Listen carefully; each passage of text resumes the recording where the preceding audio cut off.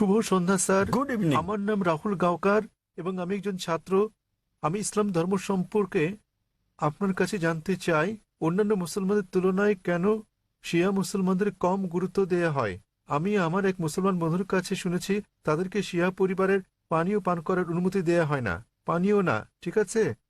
আমি আসলে জানতে চাই, এও বলা হয়ে থাকে যে ইরাকে সাদ্দাম হোসেন যা করেছেন, তিনি রাসায়নিক গ্যাস প্রয়োগ করেছেন, তিনি শিয়াদের উপর নৃশংসতা চালিয়েছেন, যা দ্বিতীয় বিশ্বযুদ্ধের সময় ইহুদিদের উপর হিটলারের নির্যাতনের সঙ্গে তুলনীয়। তাহলে এটিকে কি আপনি অবিচার মনে করেন না? আমি আরো জানতে চাই, প্রকৃতপক্ষে পূর্বে শিয়ারা ইসলাম ধর্মে যে ভুল করেছে তারা আজও তার প্রায়শ্চিত্ত করে যাচ্ছে কিনা। ভাই প্রশ্ন করলেন যে শিয়াদের কেন নিচ বললে গণ্য করা হয়, তারা কি অপরাধ করেছে, সাদ্দাম হোসেন কেন তাদেরকে হত্যা করেছে, যেমন জার্মানিতে হিটলার রাসায়নিক অস্ত্র দিয়ে ইহুদিদের হত্যা করেছে ইত্যাদি। ভাই ইসলামে কোনো শিয়া সুন্নি নেই, কোনো শিয়া সুন্নি নেই ইসলামে। অনেক লোক আছে। আমি উত্তরটা দেই, আমি উত্তর দেব। আপনার প্রশ্নের উত্তর দেওয়ার পর আপনি বলবেন। ইসলামে কোনো শিয়া সুন্নি নেই। কোরআনে বলা হয়েছে সূরা আলে ইমরান অধ্যায় 3 আয়াত নম্বর 103, ওয়াতাসিমু বিহাবলিল্লাহি জামিআ ওয়া লা তাফাররাকু। তোমরা আল্লাহর রজ্জু শক্ত করে ধরো এবং পরস্পর বিচ্ছিন্ন হও না। আমাদেরকে আল্লাহর রজ্জু ধরতে হবে, এটা কোরআন এবং নবী মুহাম্মদ সাল্লাল্লাহু আলাইহি ওয়াসাল্লামের সহিহ হাদিস। যদি আপনি এই রজ্জু ধরেন তাহলে আপনি খাঁটি মুসলিম। ইসলামে শিয়া সুন্নি নেই এবং ইসলামের কোনো ভাগ নেই। কোরআন বলছে সূরা আনাম অধ্যায় নম্বর 6 আয়াত নম্বর 159, হে নবী, নিশ্চয়ই যারা খণ্ড বিখণ্ড করেছে, অনেক দল করেছে ইসলাম ধর্মকে, তাদের সাথে আপনার কোনো সম্পর্ক নেই। আল্লাহ বিচার দিবসে তাদের ব্যাপারটা দেখবেন।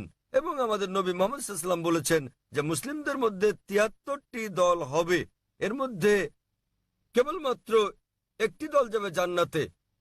সাহাবাগণ জিজ্ঞেস করলেন কোন দলটি? যারা অনুসরণ করবে আমাকে এবং আমার সাহাবীদের, যারা কোরআন এবং নবীর সহিহ হাদিস মেনে চলবে তারা। সুতরাং কোরআন বলছে ধর্মকে খণ্ড বিখণ্ড করো না। আমাদের নবী বলেন, এমনকি কোরআনে বলা হয়েছে কিছু লোক থাকবে তারা দল সৃষ্টি করবে। কতটা? 73টা। যে দল সঠিক পথে থাকবে তারা বিভাজন সৃষ্টি করবে না। সুতরাং যে কেউ নিজেকে মুসলিম ছাড়া অন্য কিছু বললেও শব্দটি হবে মুসলিম। মুসলিম মানে যে নিজের ইচ্ছাকে আল্লাহর কাছে সমর্পণ করেছে। নবী কি ছিলেন? তিনি শিয়া ছিলেন না সুন্নি ছিলেন? তিনি কি ছিলেন? তিনি ছিলেন মুসলিম। এবং এর আগে আমি বোনকে যে জবাব দিয়েছি তাতে ছিল সূরা আলে ইমরান অধ্যায় 3 আয়াত নম্বর 64, বলা হয়েছে ফাকুলু শাদু বিআন্না মুসলিমুন। সাক্ষী থাকো যে আমরা মুসলিম। বিচার করার জন্য আপনি কি করবেন মুসলিমরা ঠিক না ভুল পথে চলছে? আপনি দেখবেন কোরআন। মোহাম্মদ, জাকির, সুলতান, আব্দুল্লাহ, যে কোনো নাম হোক, কোনো সমস্যা নেই। নিজেকে পরীক্ষা করতে বলেন। যদি সে কোরআন এবং নবীর নির্ভরযোগ্য বাণী বুখারী, মুসলিম ইত্যাদি অনুসরণ করে তাহলে সে খাঁটি মুসলিম। যদি সে নবীর প্রকৃত শিক্ষার বাইরে যায়, বুখারী, মুসলিম এবং অন্যান্য সহিহ হাদিসের বাইরে যায় এবং কোরআনের বিপক্ষে যায়, তাহলে সে প্রকৃত মুসলিম নয়।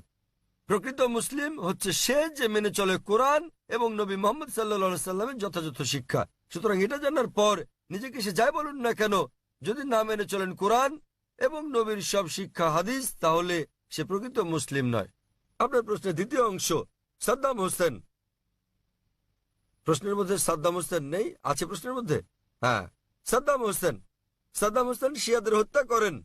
ভাই আমি জানি না তিনি শিয়াদের হত্যা করেছেন কিনা, এটা মিডিয়া বলছে। কিন্তু হোক সাদ্দাম হোসেন, হোক হিটলার, হোক জর্জ বুশ, যে কোনো নিরপরাধ মানুষকে হত্যা করে, শিয়া সুন্নি বাদ দেন, যদি সে হত্যা করে নিরপরাধ কোনো হিন্দু, নিরপরাধ খ্রিস্টান, নিরপরাধ ইহুদিকে, তাহলে সেটা বড় অপরাধ।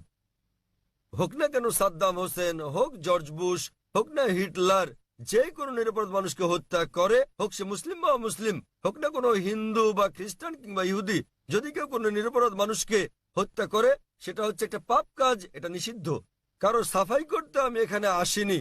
তাতে হোক তার নাম জর্জ বুশ, হিটলার, সুলতান, আব্দুল্লাহ, টম, ডিক, হ্যারি বা যে কেউ, যে কোনো নির্দোষ মানুষকে হত্যা করা সবার জন্য নিষিদ্ধ।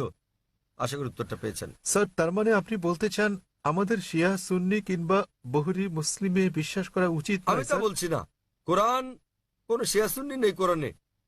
কোরআনে মানে কোনো স্যার, বহরি নেই। এখানে অনেক মসজিদ আছে, অনেক মসজিদ। তাহলে আপনি তাদেরকে বলেন, তাদের জিজ্ঞেস করেন শিয়া কথাটা কোথায় আছে কোরআনে। তাকে জিজ্ঞেস করেন বহরি কোথায় আছে কোরআনে। স্যার, এটা আমার কলেজ বান্দ্রায় স্যার, আমি অধ্যয়ন করছি। সুতরাং তারা মেনে চলছে না। আপনাকে যা করতে হবে তা হচ্ছে তাদের জিজ্ঞেস করেন তারা কি মোহাম্মদ সাল্লাল্লাহু আলাইহি সাল্লামের শিক্ষা অনুসরণ করে চলছে, তারা কি আল্লাহ সুবহানাহু ওয়া তাআলার শিক্ষা অনুসরণ করছে। আল্লাহ কোরআনে বলেছেন সূরা আনাম অধ্যায় নম্বর 6 আয়াত নম্বর 159, যারা সৃষ্টি করেছে বিভক্তি ইসলাম ধর্মে তাদেরকে আপনার কিছু করার নেই। ইসলাম ধর্মে বিভক্তি সৃষ্টি করা এটা হচ্ছে হারাম। তো ভালো মুসলমান হতে হলে আপনাকে আল্লাহর রজ্জু শক্ত করে ধরতে হবে, এটা বলা আছে কোরআনে। সুতরাং কাউকে আব্দুল্লাহ, সুলতান এরকম নামে ডাকলেই সে জান্নাতে যেতে পারবে না, বরং সেজন্য স্রষ্টা সর্বশক্তিমান আল্লাহর নির্দেশ পালন এবং নবী মুহাম্মদ সাল্লাল্লাহু আলাইহি সাল্লামের শিক্ষা অনুসরণ করতে হবে। ভাই, আপনাকে একটা প্রশ্ন করি, একটা প্রশ্ন। আপনি শিয়া সুন্নি নিয়ে খুবই উদ্বিগ্ন, জানতে চাচ্ছি সেটা কেন? স্যার অনেক কিছু আমার বন্ধুরা। না না, আপনি কি ইসলাম কবুল করতে চান? তারপরে কোন দলে যাবেন ভাবছেন?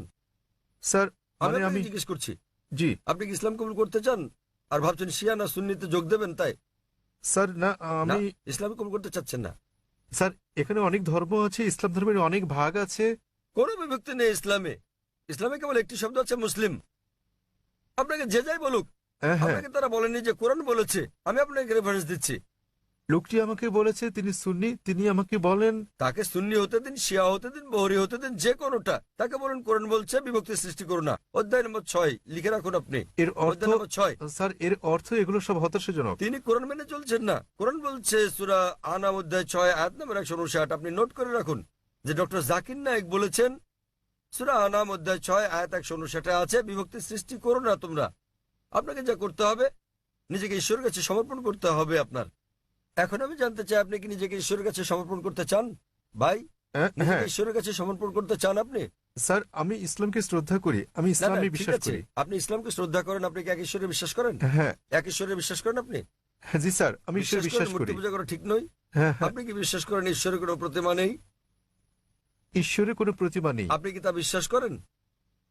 আমি জানি না স্যার। আপনি কি প্রতিমা পূজায় বিশ্বাসী? হ্যাঁ হ্যাঁ, আপনি কি প্রতিমা পূজায় বিশ্বাস করেন? কি বললেন? প্রতিমা পূজা ঠিক না ভুল? মানে ঈশ্বর? না। আপনি কি বিশ্বাস করেন প্রতিমা পূজা করা ঠিক না ভুল? হ্যাঁ এটা ঠিক না ভুল? এটি ঠিক স্যার। প্রতিমা পূজা করা, কিন্তু এটা তো বেদের বিপরীত।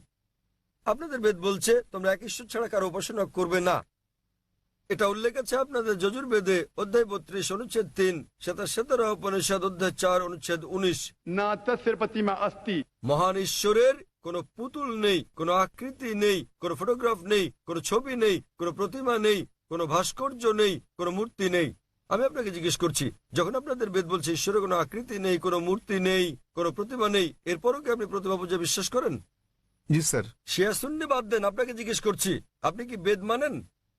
স্যার অনুসরণ করছেন কি না? ধর্ম মানেন কি না? স্যার কারণ আমি এই ধর্মের স্যার।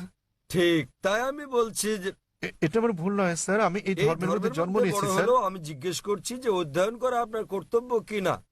সে কারণে আপনার বেদ, আমি এই বিষয়টি অনুসন্ধান তাই আমি করছি। আপনাকে বলছি ভাই, আপনাদের ধর্মগ্রন্থ বেদে আছে, যজুর্বেদ অধ্যায় 32 অনুচ্ছেদ 3, শ্বেতাশ্বেতার উপনিষদ অধ্যায় 4 অনুচ্ছেদ 19। এটা বলছে, न तस्य प्रतिमा अस्ति এটা একটা সংস্কৃত উদ্ধৃতি। এর মানে সর্বশক্তিমান ঈশ্বরের কোনো প্রতিমা নেই, কোনো আকৃতি নেই, কোনো আলোকচিত্র নেই, কোনো ছবি নেই, কোনো ভাস্কর্য নেই, কোনো প্রতিমূর্তি নেই, কোনো পুতুল নেই। যদি আপনার ধর্মগ্রন্থ বলে সর্বশক্তিমান ঈশ্বরের প্রতিমা নেই, তাহলে কি প্রতিমা পূজা করা ঠিক না ভুল? ঠিক না ভুল? ঠিক বেঠিক ঠিক করার মতো এত বড় ব্যক্তি আমি নই স্যার। না না, আপনার ধর্মগ্রন্থ বলছে ঈশ্বরের কোনো আকৃতি নেই, কোনো প্রতিমা নেই, কোনো মূর্তি নেই, কোনো ছবি নেই, তথাপি ঈশ্বরের মূর্তি করা ঠিক না ভুল? কেন আমার পূর্ববর্তী ব্যক্তিগণ মানে আমার পূর্বসূরীরা কেন এই কাজ করেছে স্যার? স্যার আমি তাদের দোষ দিতে জি? পারি না। আমার আমার পূর্বসূরীরা, আমার পূর্বে হিন্দু ধর্মের লোকের এটা করেছে স্যার। স্যার আমি তাদের দোষ দিতে আমি পারি না। হিন্দুদের প্রশ্ন করছি না, আমি আপনাকে জিজ্ঞেস করছি আপনার ধর্মগ্রন্থ, আপনার ধর্মের সবচেয়ে গ্রহণযোগ্য গ্রন্থ কোনটি? আপনি জানেন না? কি আপনি স্যার? কি জানেন আপনার ধর্মের সর্বশ্রেষ্ঠ গ্রন্থ কোনটি?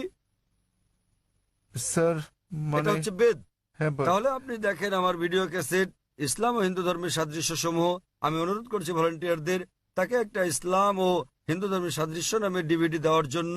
আপনার কোনো প্রশ্ন থাকলে আমার সঙ্গে সাক্ষাৎ করতে পারেন, ইনশাল্লাহ আপনার সন্দেহ দূর হবে। আর আমি আপনাকে অনুরোধ করব এটা পড়ুন, বুঝুন এবং সঠিক শান্তি খুঁজে নিন। স্যার শেষ কথা আমি আপনাকে জিজ্ঞেস করতে চাই স্যার, মানে আমাদেরকে এসব বিশ্বাস করলে হবে না যে ইসলামে অনেক বিভক্তি আছে যেমন শিয়া সুন্নি, এগুলো আমাদের বিশ্বাস করা উচিত নয়, আমাদের কেবল কোরআনে বিশ্বাস করা উচিত। কোরআন এবং নবীর সহিহ হাদিস ব্যাস। যে কোনো আলেম যায় বলুন, কোরআন বলছে সূরা নিসা অধ্যায় 4 আয়াত নম্বর 59, أطيعوا الله وأطيعوا الرسول আল্লাহ ও তার রাসূলকে মানো এবং অতঃপর তোমাদের মধ্যে যারা আদেশ দানের কর্তৃত্বপ্রাপ্ত, যাদেরকে এই কাজের দায়িত্ব দেওয়া হয়েছে তাদের, অর্থাৎ আপনাকে আল্লাহ এবং সর্বশক্তিমান ঈশ্বর, তার রাসূল এবং জ্ঞানী ব্যক্তিদের মান্য করতে হবে। কিন্তু আয়াতটা এখানেই শেষ হয়নি। আরো বলা হয়েছে যদি তারা কোনো বিষয়ে একমত হতে না পারে তো আল্লাহ তার রাসূলের উপর ছেড়ে দাও। যদি কেউ আপনাকে কিছু বলে আপনি তা কোরআন এবং সহিহ হাদিস দিয়ে যাচাই করুন সেটা ঠিক না ভুল। এ কারণে যে কোনো আলেম যাই বলুক না কেন তার কোনো মূল্য নেই ইসলামে। স্যার সেখানে আমাদের বিষয় হচ্ছে আল্লাহ সর্বশক্তিমান ঈশ্বর ও তার বার্তাবাহক। কোন আলেম কিছু বললে তা যদি কোরআন এবং সহিহ হাদিসের সঙ্গে মিলে তো আমরা গ্রহণ করি, আর যদি কোরআন হাদিসের বিপরীতে হয় তা প্রত্যাখ্যান করি। স্যার কোন ব্যক্তি নিজেকে মুসলিম বলে দাবি করলে আপনি তাকে বলবেন قل هاتوا برهانكم প্রমাণ দাও إن كنتم صادقين। যদি সত্যবাদী হও। সে কারণেই যখন আমি প্রশ্নের উত্তর দেই আমি কোরআন এবং সহিহ হাদিসের রেফারেন্স দেই। যা আমি বলছি, যা ডক্টর জাকির নায়েক বলছেন তা কিছুই নয় ইসলামে, কোনোই মূল্য নেই তার। আমি যা বলি ইসলামে তার মূল্য হচ্ছে শূন্য।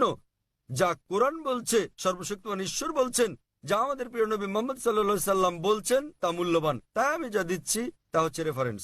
যারা জানেন না আমি তাদের রেফারেন্স দিচ্ছি। আমার উত্তরের ভিত্তি কোরআনের বিভিন্ন আয়াতের শিক্ষা, আমার জবাবের ভিত্তি নবীর বাণী, সহিহ বুখারী খণ্ড নাম্বার ইত্যাদি প্রমাণ হিসেবে। সুতরাং তারা যা বলেন তার মূল্য আছে, আমি যা বলি মূল্য নেই। আশা করি উত্তরটা পেয়েছেন। আমরা পুরুষদের সারির মাঝের দিকের মাইক থেকে পরবর্তী প্রশ্নটি নেব। সকলকে শুভ সন্ধ্যা এবং শুভ সন্ধ্যা ডক্টর নায়েক। আজ আমি এক মানুষ কথা বলছি মানবতার পক্ষে। এখানে ডক্টর নায়েক রয়েছেন। আমরা আপনার নাম জানতে পারি দয়া করে? আমি চিরাগ, এবং দয়া করে আমার ধর্ম জিজ্ঞাসা করবেন না। ডক্টর নায়েক, আপনি সম্ভবত মুসলিম পরিবারে জন্মগ্রহণ করেছেন, তাই আপনি মুসলমান, তাই আপনি সেটাই অনুমোদন করছেন। যদি আপনি হিন্দু পরিবারে জন্ম নিতেন তাহলে আজ আপনার হিন্দু ধর্ম হতে পারত। এক্ষেত্রে আমি মনে করি চরম জাতি কেন্দ্রিকতা থেকে আপনি ভাবছেন আপনার ধর্ম, সংস্কৃতি, বিশ্বাস ও ধারণা শ্রেষ্ঠ।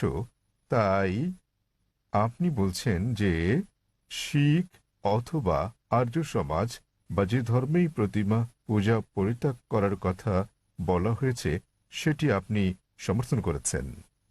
আমার মতে একই জায়গায় ঘুরপাক না খেয়ে মানবতার ব্যাপক ধর্ম নিয়ে আমাদের আলোচনা করা উচিত।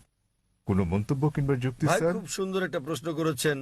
তিনি বলেছেন মুসলিম পরিবারে জন্ম নেওয়ার কারণে আমি ইসলাম ধর্ম অনুমোদন করছি। হতে পারতো আমি যদি হিন্দু পরিবারে জন্ম নিতাম তাহলে হিন্দু ধর্মই পছন্দ করতাম আমি, এবং আমি শিখ ধর্ম ও আর্য সমাজকে সমর্থন করি কারণ আমার দৃষ্টিভঙ্গির সঙ্গে তাদের মিল আছে এবং এর আশেপাশে আমি বিচরণ করছি। বরং আমার আরো বৃহৎ পরিসরে কথা বলা উচিত ছিল। খুব ভালো প্রশ্ন। হ্যাঁ ভাই আমি আপনার সাথে একমত। 19 বছর বয়স পর্যন্ত আমি মুসলমান ছিলাম কারণ আমার পিতা মুসলমান ছিলেন।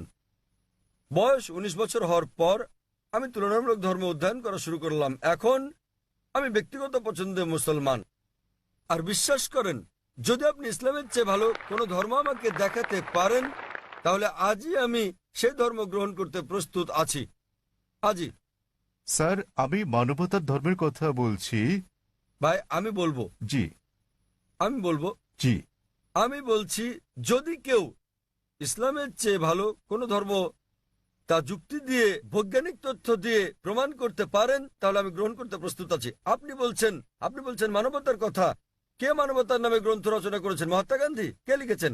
আপনি জানেন একজন মুসলমান ভালো মুসলমান হতে পারবেন না যদি তিনি ভালো মানুষ না হন। সে কথা সব ধর্মেই বলে, সব ভাই ধর্মে আমাকে বলে। শেষ করতে দেন। জি স্যার। আপনি এখানে আমার জবাব শোনার জন্য এসেছেন নাকি আপনার মত জানাতে এসেছেন? আমি একটি সুস্থ আলোচনা চাই এবং যৌতুক ভাই, সিদ্ধান্তে পৌঁছাতে চাই। এটা কোনো বিতর্ক প্রতিযোগিতা নয়। হ্যাঁ, একেবারে না। আমি তাহলে আমার কখনো উত্তর বলিনি। শুনুন, উত্তর শোনার পর আপনি মন্তব্য করতে পারেন। ঠিক আছে। আমাকে শেষ করতে দিন। আপনি কথা যোগ করছেন, তার মানে আমার উত্তর আপনি শুনছেন। চালিয়ে যান। শুনুন মনোযোগ দিয়ে। জি। আপনার মনের মধ্যে মহাভারতের কাহিনী চলছে, কি করে শুনবেন? দয়া করে যখন চালিয়ে যান। আপনি আপনার প্রশ্নের সময় কি আমি আপনাকে বাধা দিয়েছিলাম? দয়া করে চালিয়ে যান। আমি কি বাধা দিয়েছি? আপনি বাধা দেননি। দয়া করে চালিয়ে যান। সবকিছু লেখা আছে, প্রশ্ন করতে আসছেন। আমি কিভাবে বলেছি? আমি জবাব দিচ্ছি, শুনুন। হ্যাঁ, তাতে এটা আমার কি? জবাব। তাহলে কেন আপনি মন্তব্য করছেন?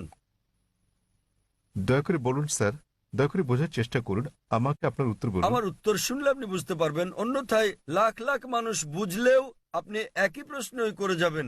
আমি একজন চিকিৎসক, এক ব্যক্তি একা দুটো বিষয়ের প্রতি মনোযোগ দিতে পারে না। উত্তর শুনুন, উত্তর দেওয়া হলে আর সমস্যা থাকবে না।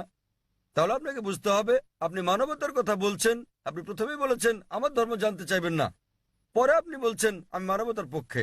সর্বপ্রথম আপনি আপনার দৃষ্টিভঙ্গি শনাক্ত করতে লজ্জিত, তারপর আপনি মানবতার কথা বলছেন। আমি আপনার কাছে জানতে চাই, মানবতা নামের বইটি কে লিখেছেন? এরকম কোনো বই আছে কি? মানবতার কোনো দিক নির্দেশনা আছে?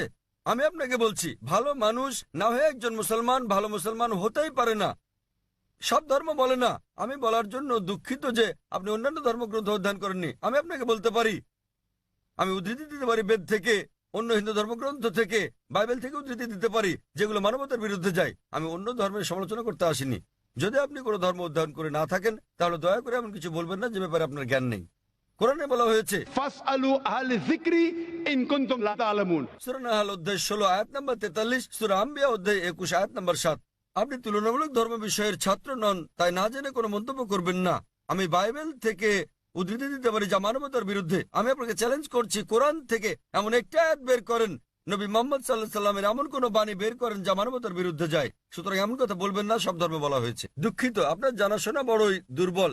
আমি আপনাকে যা বলার চেষ্টা করছি, মানবতা মানে ঠিক আছে, আপনি কেবল স্ট্যান্ডার্ড 2-3 আছেন। আর আমি যা বলছি তা কেবল স্কুল পাস নয়, কেবল স্নাতক পাস নয়, বুঝতে হবে স্নাতকোত্তর পাস হতে হবে আপনাকে। ইসলাম মানে উচ্চ পর্যায়ে, কেবল মানবতার কোনো পর্যায় নেই। ভালো মানুষ না হলে কোনো মুসলমান ভালো মুসলমান হতে পারবে না। আমি আপনাকে চ্যালেঞ্জ করছি, ইসলামের এমন একটা দিক আপনি বলতে পারেন যা মানবতার বিরুদ্ধে যায়। যৌক্তিক পটভূমি, যৌক্তিক কারণ আপনার জানা না থাকতে পারে ইসলাম কেন এমন অনুশাসন জারি করলো, আর আপনি ভাবতে পারেন সেটা মানবতার বিরুদ্ধে। ঠিক যেমন আপনারা বলেন ডাক্তার আমাকে ইঞ্জেকশন দিচ্ছে, ইঞ্জেকশনে যন্ত্রণা দিচ্ছে, ওই ইঞ্জেকশন তো আপনার ভালোর জন্য। আপনারা বলেন ডাক্তার আমার পেট কেটে ফেলেছেন, তিনি তো পেট কেটেছেন আপনাকে জীবন বাঁচানোর জন্য। সুতরাং ডাক্তার যা জানেন আপনি তা জানেন না। যদি আমার জন্য দুটো পছন্দ থাকে, স্ট্যান্ডার্ড 2 কিংবা 3 পাস করা অথবা স্নাতকোত্তর কোর্স করা, সেক্ষেত্রে আমি স্নাতকোত্তর কোর্সই করব। কেন মাত্র স্ট্যান্ডার্ড 2-3? মানবতা ভালো, কিন্তু ইসলাম তার চেয়ে অনেক বেশি ভালো। আপনার প্রশ্নের ব্যাপারে বলতে গেলে, আমি মুসলিম পরিবারে জন্ম নিয়েছি বলে আমি ইসলামকে অনুমোদন করছি। আমি আপনাকে বলছি, আপনাকে চ্যালেঞ্জ করছি, যদি কেউ আমাকে প্রমাণ দিতে পারে অন্য যে কোনো ধর্ম, আমি প্রধান ধর্মগুলোর বেশিরভাগই অধ্যয়ন করেছি এবং আমার মনে হয় ইসলাম সবচেয়ে যুক্তিগ্রাহ্য, মানুষের সবচেয়ে সেরা ধর্ম মানবতার। এটাই একমাত্র ধর্ম যাতে মানবতার জন্য সমাধান রয়েছে। আল্লাহ বলেন সূরা আলী ইমরান অধ্যায় নম্বর 3 আয়াত নম্বর 19, ইন্নাদ দীনা ইনদাল্লাহিল ইসলাম। সর্বশক্তিমান ঈশ্বরের কাছে একমাত্র গ্রহণযোগ্য ধর্ম ইসলাম। আর আপনার জানার জন্য বলছি, আপনার যুক্তি অত্যন্ত নাজুক।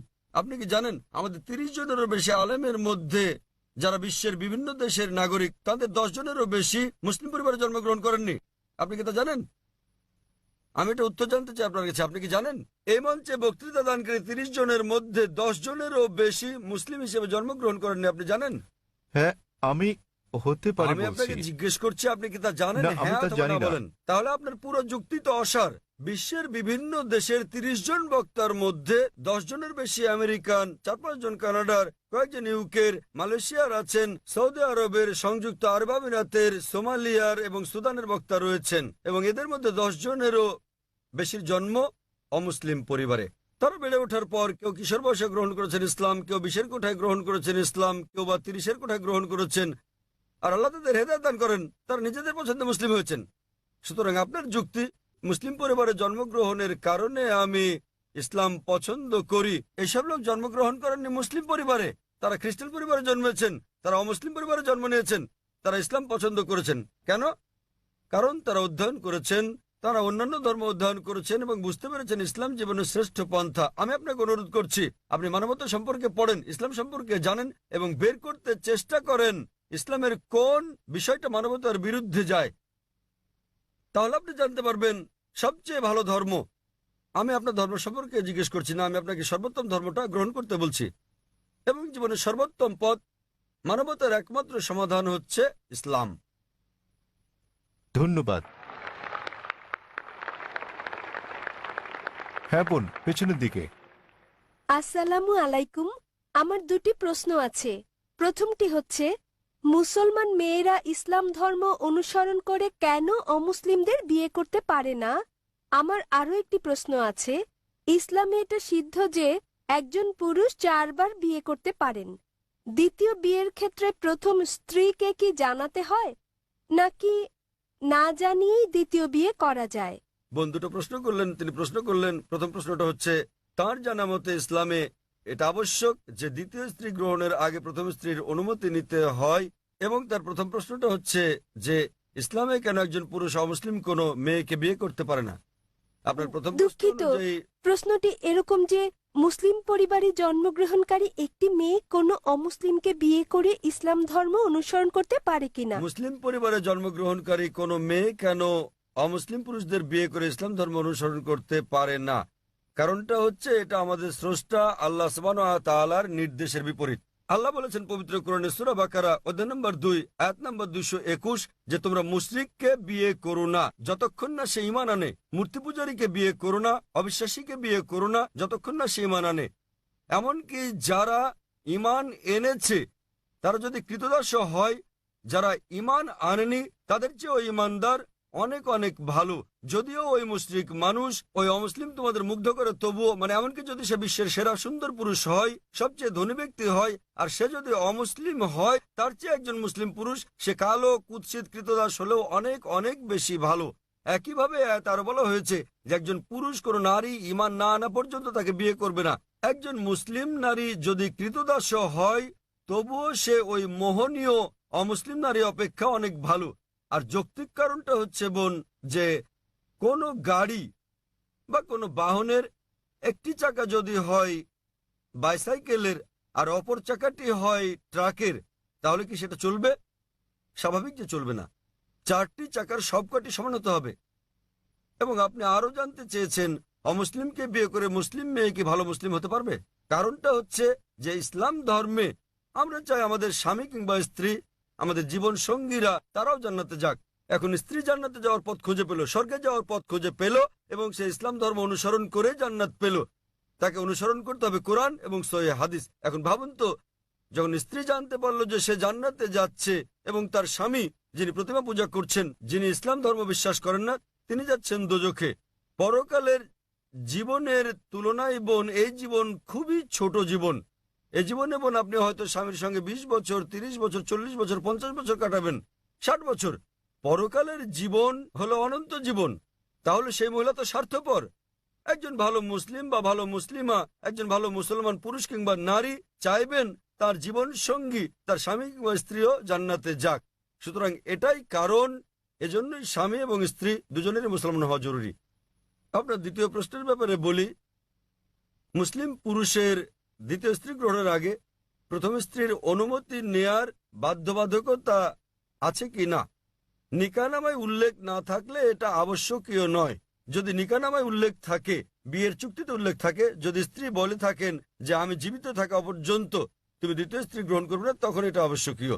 যদি নিকাহনামায় না থাকে এটা, তাহলে আবশ্যকীয় নয়। তবে অন্তত তাকে অবহিত করতে হবে। কেন? দ্বিতীয় স্ত্রী গ্রহণের নিয়মের এটা একটা অংশ বলতে পারেন। কোরআনে বলা হয়েছে সূরা নিসা অধ্যায় 4 আয়াত নম্বর 3, তোমাদের পছন্দের নারীদের বিয়ে করো 2, 3 বা 4 জনকে, তবে সুবিচার করতে না পারলে একজনকে। তাহলে একাধিক বিয়ের ক্ষেত্রে অন্যতম একটা দিক হচ্ছে স্ত্রীদের মধ্যে সুবিচার করতে হবে। তো যদি প্রথম স্ত্রীকে এটা না জানান, তাদের মধ্যে সুবিচার করবেন কিভাবে? তখন হয়তো আপনি মিথ্যে বলবেন, অফিসের কাজে যাচ্ছেন, বোম্বের বাইরে যাচ্ছেন ইত্যাদি বলতে পারেন। কিন্তু যদি আপনি দ্বিতীয় বিয়ে করেন, প্রথম স্ত্রীর অনুমতি নেওয়া সেখানে আবশ্যকীয় না হলেও উভয় স্ত্রীর মধ্যে সমান আচরণের কথা ভেবে আপনাকে অন্তত বিষয়টা তাকে জানাতে হবে। আশা করি উত্তরটা পেয়েছেন বোন। ধন্যবাদ। হ্যাঁ ভাই, আপনার নাম এবং আপনার প্রশ্ন। হ্যাঁ, হ্যালো ডক্টর জাকির নায়েক, আমার নাম মাহেন্দ কুমার এবং আমি একজন MBA পাস। ফোর্টে থমাস কুকের হয়ে কাজ করি। আমার প্রশ্ন নন ভেজিটেরিয়ান খাদ্য সংক্রান্ত। ইসলামে কি এর অনুমতি আছে? পশু পাখি জীবিত প্রাণী, আপনি কি একে সহিংসতা বলে মনে করেন না? আমার দ্বিতীয় প্রশ্ন, নন ভেজ খাদ্য গ্রহণ কি ইসলামে বাধ্যতামূলক এবং প্রকৃত নিরামিষভোজী ব্যক্তি কি ইসলাম অনুসরণ করতে পারেন? ভাই মহেন্দ্র কুমার খুব সুন্দর একটা প্রশ্ন করেছেন। তিনি বললেন যে ইসলামে আপনারা ননভেজ খাবার খাবেন, আপনারা প্রাণী হত্যা করবেন, কেন ইসলাম ধর্ম প্রাণী হত্যা করার অনুমতি দেয়? এবং একজন মুসলমান কি প্রকৃত নিরামিষভোজী হতে পারেন? ভাই, এই প্রশ্নের উত্তর দেওয়ার আগে আমি আপনাকে বলতে চাই, একজন মুসলমান প্রকৃত নিরামিষভোজী হয়েও খুব ভালো একজন মুসলমান হতে পারেন। এটা বাধ্যতামূলক নয় ইসলামে যে আপনাকে ননভেজ খেতেই হবে, এটা বাধ্যতামূলক নয়। তবে যেহেতু কোরআনে আল্লাহ বলেছেন এবং আমাদেরকে অনুমতি দিয়েছেন ননভেজ খাদ্য গ্রহণের জন্য, সূরা মাইদা অধ্যায় 5 আয়াত 1 এখানে বলা হয়েছে যে তোমরা চতুষ্পদ জন্তু খাও যা তোমাদের জন্য হালাল করা হয়েছে। সূরা নাহল অধ্যায় 16 আয়াত 5 উল্লেখ করা হয়েছে যে তোমরা গো মহিষাদের মাংস ভক্ষণ করতে পারো। সূরা মুমিনুন অধ্যায় 23 আয়াত 21 বলা হয়েছে যে গো মহিষাদের উদরস্থিত বস্তু থেকে আমি তোমাদের পান করাই, এর মধ্যে তোমাদের উপকার রয়েছে এবং তোমরা এদের মাংস ভক্ষণ করতে পারো। সুতরাং যখন সর্বশক্তিমান ঈশ্বর হালাল প্রাণীর মাংস ভক্ষণ করার অনুমতি দিয়েছেন তখন আমরা কেন খাবো না? এখন যৌক্তিক কারণের দিকে আসি, কেন ইসলাম আমিষ ননভেজ খাদ্য গ্রহণের অনুমতি দিয়েছে? যদি ননভেজ খাদ্যকে বিশ্লেষণ করা হয় দেখা যাবে এগুলো প্রোটিন সমৃদ্ধ। মানব দেহে 23 প্রকার অ্যামিনো অ্যাসিডের প্রয়োজন রয়েছে, যার 8টি মানব দেহে তৈরি হয় না, খাদ্য দিয়ে এগুলোর চাহিদা মেটাতে হয়। এগুলো অত্যাবশ্যকীয় অ্যামিনো অ্যাসিড নামে পরিচিত। এখন এই 8 প্রকার অত্যাবশ্যকীয় অ্যামিনো অ্যাসিডের সবগুলো কোনো শাকসবজির মধ্যে একসঙ্গে পাওয়া যায় না, কেবলমাত্র মাংসের মধ্যে পাওয়া যায়। সেজন্য কোনো প্রাণীর মাংস শাকসবজির তুলনায় অধিক বেশি পুষ্টিকর। এছাড়াও যদি আপনি বিশ্লেষণ করেন, যদি আপনি তৃণভোজী প্রাণীদের দাঁতগুলো ভালো করে দেখেন, যেমন গরু, ছাগল, ভেড়া, এদের দাঁতগুলো চ্যাপ্টা, এরা কেবল তৃণভক্ষণ করে, মাংস খায় না। যদি আমরা ভালো করে দেখি মাংসাশী প্রাণীগুলোর দাঁত, যেমন বাঘ, চিতাবাঘ, সিংহ, দেখতে পাবো এদের দাঁতগুলো তীক্ষ্ণ, তাদের ক্যানাইন দাঁত আছে। এরা কেবল মাংস খায়, তৃণজাতীয় খাদ্য খায় না। যদি আমরা মানুষের দাঁতগুলো বিশ্লেষণ করি, আমরা আয়নার সামনে গিয়ে ভালো করে দেখি আমাদের মানুষের চ্যাপ্টা এবং তীক্ষ্ণ 2 ধরনের দাঁতই রয়েছে। যদি সর্বশক্তিমান ঈশ্বর আমাদের কেবলমাত্র শাকসবজি খাওয়ানোর ইচ্ছে করতেন তাহলে কেন তিনি আমাদের ক্যানাইন দাঁত দিলেন? কেন তিনি আমাদের তীক্ষ্ণ দাঁত দিলেন? কিসের জন্য? স্বাভাবিকভাবে বোঝা যায় প্রাণীজ খাবার খাওয়ার জন্য, মাংস খাওয়ার জন্য। এছাড়াও যদি আমরা মানুষের পরিপাকতন্ত্র বিশ্লেষণ করি, যদি আমরা এটাকে তৃণভোজী প্রাণীগুলোর সঙ্গে তুলনা করি, গরু, ছাগল, ভেড়া, দেখা যাবে এরা কেবল তৃণ হজম করতে পারে। মাংসাশী প্রাণী বাঘ, চিতাবাঘ, সিংহ, এদের পরিপাকতন্ত্র কেবল মাংসজাতীয় খাদ্য হজম করতে পারে, তারা তৃণ হজম করতে পারে না। মানুষের পরিপাকতন্ত্র দুটোই হজম করতে পারে। মানুষের আছে ক্ষুদ্রান্ত, বৃহদান্ত্র। এটা শাকসবজি হজম করতে পারে, মাংস হজম করতে পারে, দুটোই হজম করতে পারে। সর্বশক্তিমান ঈশ্বর যদি আমাদের কেবল শাকসবজি খাওয়াতে চাইতেন তাহলে তিনি কেন আমাদের এমন পরিপাকতন্ত্র দিলেন যা উভয় হজম করতে পারে? বিশ্লেষণে দেখা গেছে হিন্দুদের অনেকের ধারণা যে হিন্দু ধর্ম মাংসজাতীয় খাদ্য খাওয়া নিষিদ্ধ করেছে। প্রকৃতপক্ষে যদি আপনি পড়েন, মনুস্মৃতিতে উল্লেখ আছে অধ্যায় নম্বর 5 শ্লোক নম্বর 30, সর্বশক্তিমান ঈশ্বর খাদ্য হিসেবে কিছু প্রাণীকে সৃষ্টি করেছেন আর কিছুকে করেছেন খাদক। যেসব প্রাণীকে খাদ্য হিসেবে সৃষ্টি করা হয়েছে সেগুলো খেলে কোনো পাপ হবে না। মনুস্মৃতি অধ্যায় 5 শ্লোক 31 বলছে যে সর্বশক্তিমান ঈশ্বর কিছু প্রাণী বলির জন্য সৃষ্টি করেছেন, তাদের জবাই করলে পাপ হবে না। মনুস্মৃতি অধ্যায় 5 শ্লোক 40 বলা হয়েছে যে বলিদানের পশু বলি দেওয়ার জন্য অনুমতি আছে, এটা ঈশ্বরের বিধান। সুতরাং হিন্দু ধর্মে প্রাণীর মাংস খাওয়ার অনুমতি আছে। বেদ ও অন্যান্য ধর্মগ্রন্থ পড়লে দেখবেন সাধু সন্তরা প্রাণীর মাংস খেতেন, এমনকি গরুর মাংস খেতেন।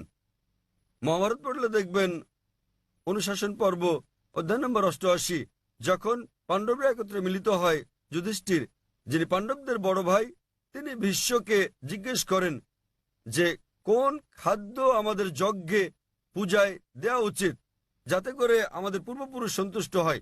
তো ভীষ্ম উত্তর দিলেন যে যদি আপনি লতাপাতা, গুল্ম, শাকসবজি দেন তাহলে আমাদের পূর্বপুরুষেরা 1 মাসের জন্য সন্তুষ্ট থাকবে।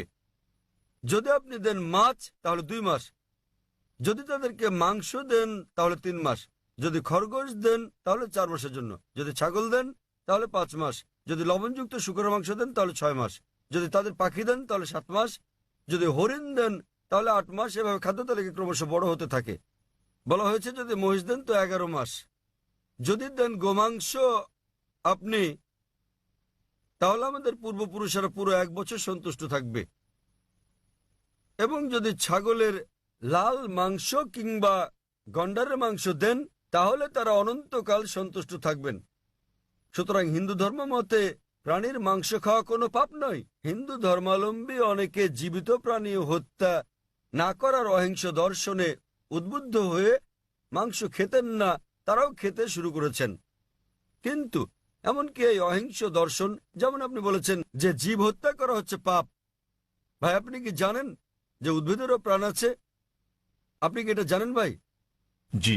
তাহলে জীব হত্যা যে পাপ আপনি বলেন, সেক্ষেত্রে উদ্ভিদ লতাপাতা ইত্যাদি হত্যা পাপ, তাহলে কেন আপনি সেগুলো খাবেন? একমত। একমত, খুব ভালো।